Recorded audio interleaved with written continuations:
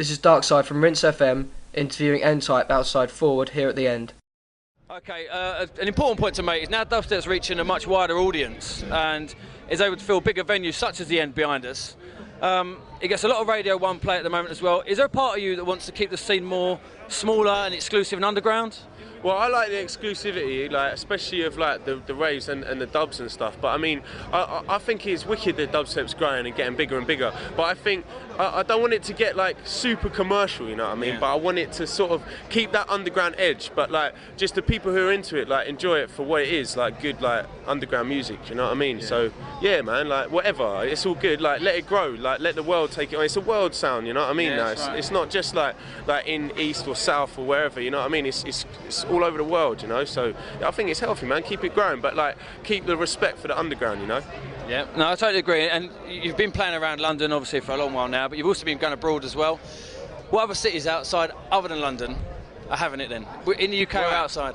Right. Well, there's so many. I mean, early days I went through all of Europe and everything, and there's some wicked places out there. Like Belgium's having it up large, but loads of places, man. Like all like Switzerland and all those places are having it up. I mean, like I think probably America's just banging it out, man. All the places I went to America, mate, it was just sick, man. The clubs are heavy, you know what I mean? And New Zealand, I've just come back from New Zealand and Australia. Both New Zealand and Australia are wicked. Where's your tan? You leave it out there? I know, mate. That's what everyone said, bro. But when I got out there, it's like their winter. I was like, what is this all about, mate? I thought it was going to be hot and shit. I was going to come back with some bad boy tan and I'd be like, woo! And then it'd be the summer here and I'd be like, yes. And then it was about 3 days of sun here and then it was raining again. I was like, yep, nice one. No tan this year again. Oi, oi.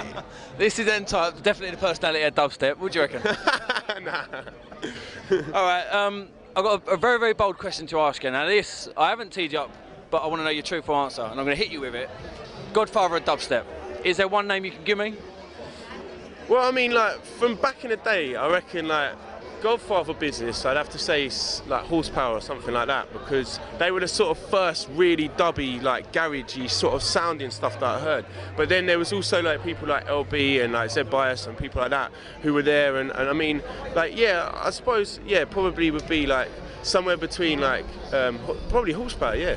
Yeah. Benny Hill and that, man. Benny Hill's a don, mate. He is a don, yeah. I mean, there's loads of different like influences that have come through and different people from different angles. So, I mean, it's hard to call that one, you know what I mean? No, I appreciate it. And it was a bold question, but I appreciate your bold answer. So, don't disagree with you. So we've got Oris J, Benny Hill. There are your answers. Yeah. Godfather of dubstep. There you have it. Yeah, no, it's too many, mate. Why do you ask me that one? Ah! All right, let's. I know you've got to wrap up because you've got another booking to go to. Hatchet was a bad boy DJ, mate. He was one of the original ones. You know what I mean? There you have it. There's the lowdown of dubstep. Right, we know you're going off to your next booking now as well, quickly. But what other music are you into then right now, other than dubstep? Is there anything else that comes into it, or is it like, only dubstep? Just anything that's got a good sound to it, really, man. That's what I've always been like. I mean, recently I've been getting out all my old school jungle records a lot more because it's like. I think a lot of the time when I was listening to tunes back then, I was out of my face, you know what I mean? And like most of the time, you know me, you know what I mean?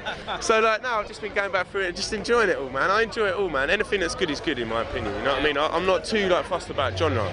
Like I mean, with DJing, I've always been like jungle, drum and bass, dubstep, that sort of stuff. But like but I mean, I like anything, mate. You know what I mean? Anything that's good, like, that appeals to me. And it's clever, you know what I mean? It's cool. And is the scene progressing the way you want it to progress? Yeah, it's good. It's good. I think it's good. All going the right way. I think there's a good sound coming out at the moment. I mean, the Zed Bias stuff, and I like some of the deeper sound. But I mean, I like a lot of jump up and deep stuff. I mean, I like it all, bruv. I'm the worst person to ask these things, man, because I fucking like it all. You know what I mean? All right, that's us. N-Type, the end, forward.